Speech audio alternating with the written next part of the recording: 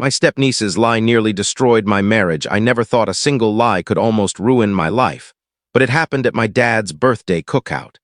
I'm 27, married to Leander, 33. My sister Beatrix married a man named John who has a 17-year-old daughter, Sabine. We welcomed her into the family with open arms, holidays, group chats, everything. At first, she seemed sweet. But 3 days after that cookout, Beatrix's son Dorian came to me shaking. He'd overheard Sabine at school telling her friends that Leander had walked in on her in the bathroom and exposed himself.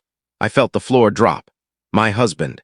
The man who spent the whole day outside grilling with the kids. Impossible. The bathroom she claimed it happened in was locked, constantly in use, and Leander never even went down that hall.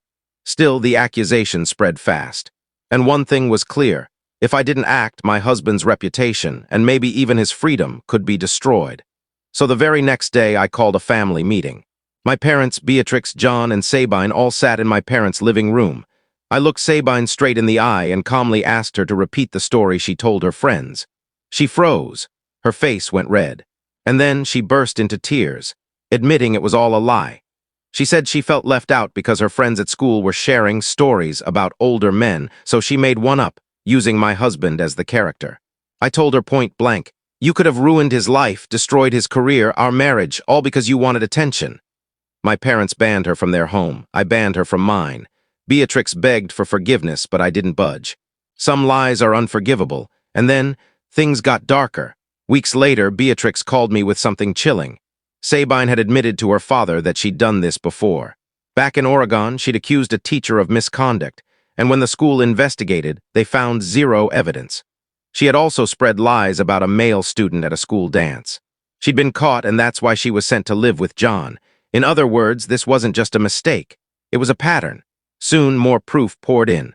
A girl from her old school even reached out to us, saying Sabine thrived on the drama of false accusations, retelling the stories with more details each time.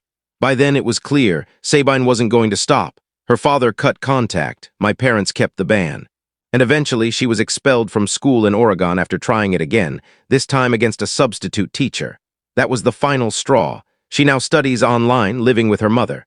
As for us, Leander and I bought a bigger house. Dorian is thriving without her. Beatrix and John went to counseling and rebuilt their marriage. But Sabine, she lost her family, her school, her friends, all because of her lies, and me.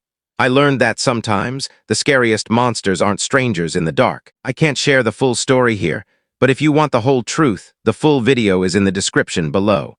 And don't forget to like, follow, and subscribe for more.